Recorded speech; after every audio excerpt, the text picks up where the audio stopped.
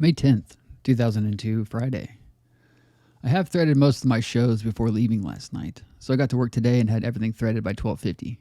Right now it's 3:10 p.m. Coltrane is playing and I'm just now sitting down. My whole first round is done. I broke down one of the prints of Ice Age that I built up almost 2 months ago, and I broke down 3 trailer rings. My hands and fingers are all black and dirty from all the print and film work. The first movie has dropped, and soon I have to get up and start all over again. I really don't feel like being around anyone right now.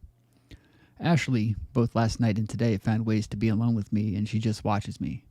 I just go about my business, and it seems that she wants me to say or do something. I don't like it. It makes me feel weird. Last night I was half threading, and she was following me around, and my chest started hurting, like on November 19th and January 30th, driving to Manhattan. It soon passed, but it was really weird. I'm gonna go start threading for my next round. Later. Listen to Coltrane while I'm gone. Okay? 5:05 p.m. Strange days indeed. For at least the last hour, Ashley has been following me around Booth. We started flirting and such, and then I stepped away for a minute and came back and started talking to her about what she was doing. I asked her what she wanted from me. She didn't answer my question. Basically, she wants to fuck around with me behind her husband's back. She said it doesn't bother him and she has done it before. I told her I want to do things with her, but I won't. I can't be that guy anymore. Although I wouldn't be cheating, she would. I told her she can't be going through life like this. She wouldn't say anything or answer any questions. She just sat there like a lost child. I told her I wouldn't feel comfortable doing this kind of thing. I'm not that guy anymore. I told her everything is still cool between us as friends, but that I don't feel right being alone with her, so I told her to leave Booth. She didn't move. She probably thought I was joking. I told her that when I work Booth, I control it and I can make anyone leave. She once again didn't move.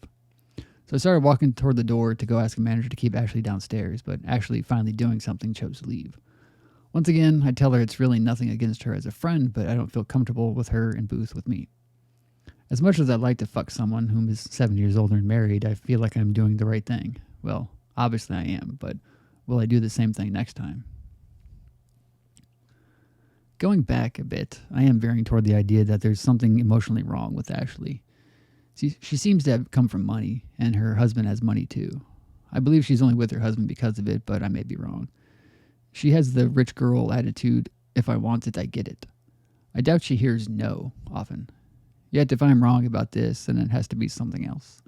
She seems to almost compulsively want to engage in infidelity, like she has lost something or is missing something, and only by doing this does the pain succeed. Secede. Not succeed, but secede. Like alchemy in Halston 51st. It's too amazing how these things I have dreamt up in stories have manifested themselves in my reality. Much like the crying girl in her car thing. I've now seen a person trying to do things to feel right, but can't understand why they do what they do. 5:35 a.m., Saturday. Came home from work at 6:50 p.m. and ate and showered. Rearranged all of my CDs and then finally finished watching The Stuntman. I fell asleep almost exactly at 10:14 p.m. This was the last time I saw before relaxing and dozing off. Unfortunately, I woke up at 2 a.m. and I was hungry, so I got some cereal. No one called me tonight, and it was a Friday. I've not talked to or seen Kirk in a week. I've not seen Will in a week. I've not seen Tim in more than a week, but I talked to him a day or so ago. No one called, and I don't resent that. I don't plan on calling anyone. I was going to see if they called me. And judging by screening the call, I might have gone out to do something. No call, no fun Friday night. After waking up at 2 a.m., I watched the second disc of the Stuntman DVD, a retrospective called The Sinister Saga, The Making of the Stuntman. It was a waste of time. Caroline called about 3:15 a.m. and we talked until about 5:30. While talking to her, I finished the documentary and began to watch The French Connection, which I borrowed from Mr. Quint, along with the sequel.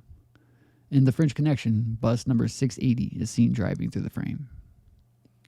End quote. Do you, like dreaming of things so impossible. Dashboard Confessional, song, So Impossible.